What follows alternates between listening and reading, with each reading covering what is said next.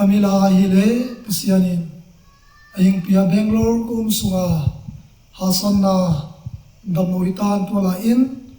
tamlei tung itang to mune hilo da chia nga inwasia di ahi dan le mi nga ding ai kinem na van khopia mangpa innuam aing bor sadan te Hasan amuna ko umin lungkham mangbar ko umin khuralam lo vana ken nang ading inmun kene chia aying pia tamila pasentu pi na dingen nunga chilinian in aying sading ama chia ai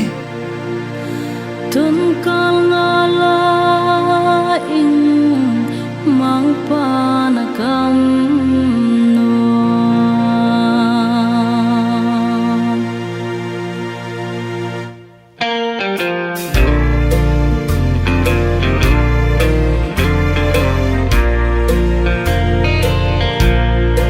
kakumton in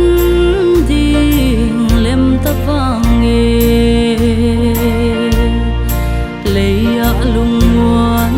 na ding lo hi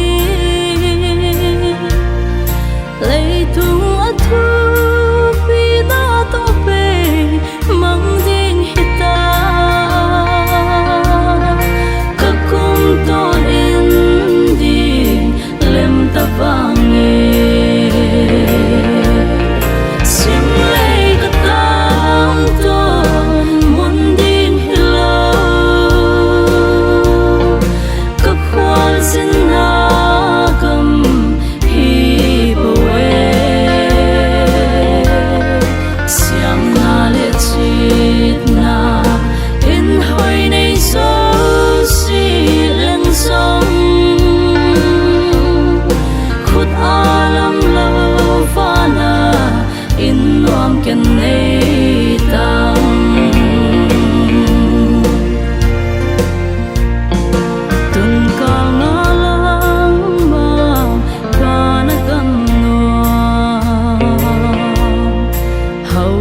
vai ki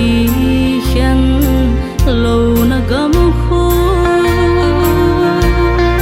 sim lei mi the in phang chit na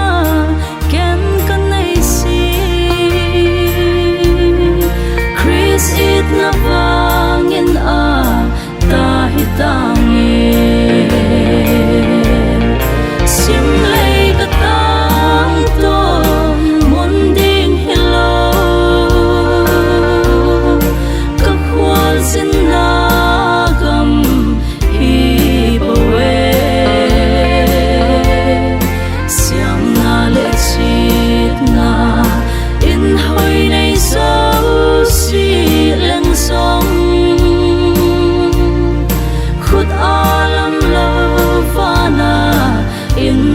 can lay down